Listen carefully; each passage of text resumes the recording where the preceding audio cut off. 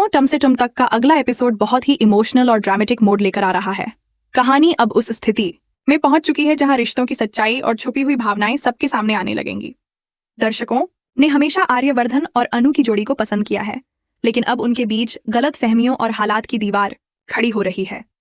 और इसी बीच शो में वह दृश्य आने वाला है जो हर दर्शक की आंखों में आंसू ले आएगा। अनु का ऑफिस से फेयरवेल और आर्य का उसे आखिरी बार रोकने की कोशिश एपिसोड की शुरुआत होती है। ऑफिस के उस हॉल से जहां मीरा ने अनु के लिए फेयरवेल पार्टी का आयोजन किया है। चारों तरफ हल्की हल्की सजावट, फूलों की खुशबू और कर्मचारियों की आंखों में अनु के जाने का दुख साफ झलकता है। अनु सबके बीच खड़ी है, लेकिन उसके दिल का दर्द उससे कहीं ज्यादा गहरा है। वह जानती है कि उसका ट्रांसफर जयपुर हो गया है और अब उसे इस जगह, इस ऑफिस और खासकर आर्यवर्धन से दूर जाना होगा। उसका मन बार बार आर्य को ढूंढता है, लेकिन वह सामने नहीं है। तभी ऑफिस के दरवाजे से आर्य अंदर आता है। उसका चेहरा गंभीर है, आंखों में एक अजीब सा तनाव है। वह चारों ओर देखता है और फिर सीधे मीरा की ओर बढ़ता है।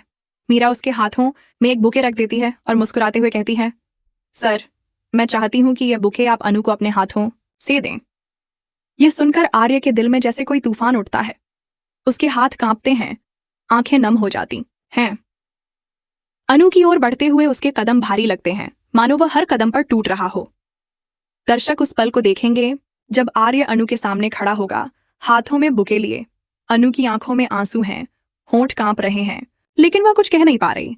दोनों की नजरें मिलती हैं और कुछ पलों के लिए पूरा हॉल खामोश हो जाता है। ये वह खामोशी है जिसमें प्यार भी है, दर्द भी और बिछड़ने का डर भी। आर्य का मन करता है कि वह उस बुके को छोड़कर अनु को गले से लगा ले, उसे कह दे कि मत जाओ, मैं तुम्हें खोना नहीं चाहता। लेकिन उसके होंठ सील जाते हैं, शब्द दिल में ही रह जाते हैं। दूसरी ओर अनु का भी दिल चीख चीख कर कह रहा है कि आर्य, मुझे रोक लो, मुझे अपने पास रख लो। लेकिन उसकी मजबूरी, उसकी चुप्पी और हालात उसे कुछ बोलने नहीं देते। वह बस आंसुओं से भरी आंखों से आर्य को देखती रहती है। और तभी मीरा ताली बजाकर कहती है, तो चलिए अनु को विदाई देते हैं। ये सुनते ही माहौल और भी भावुक हो जाता है, लेकिन कहानी यहीं खत्म नहीं होती।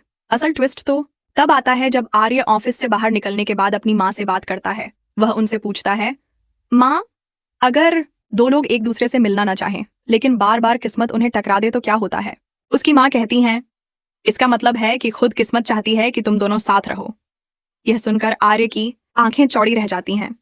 उसे एहसास होता है कि अनु से उसका मिलना, मंदिर में टकराना, बार बार उसके सामने आ जाना, ये सब संयोग नहीं बल्कि भगवान की इच्छा है।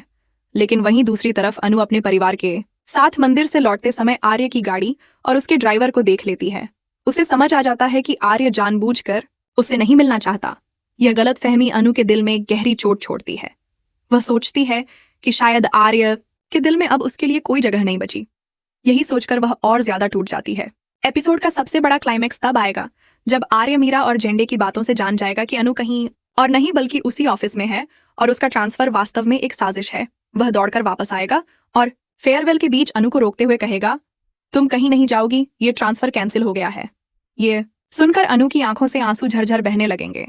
लेकिन सवाल यह होगा कि क्या आर्य सचमुच उसे रोक पाएगा या फिर मीरा और जेंडे की चालें इतनी गहरी होंगी कि अनु को ऑफिस छोड़कर जाना ही पड़ेगा। दोस्तों, इस एपिसोड में ड्रामा, इमोशन और सस्पेंस का तड़का सब कुछ मिलेगा। आर्य और अनु की आंखों से बहते आंसू, उनके बीच की खामोशी और अनकहे शब्द दर्शकों के दिलों को छू लेंगे।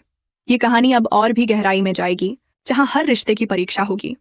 आने वाले एपिसोड में हमें देखने को मिलेगा कि आर्य और अनु का रिश्ता किस दिशा में जाता है। क्या यह दूरी उन्हें हमेशा के लिए अलग कर देगी या फिर यह जुदाई ही उनके प्यार को और मजबूत बना देगी? यही सस्पेंस दर्शकों को अगले एपिसोड तक बांधे रखेगा।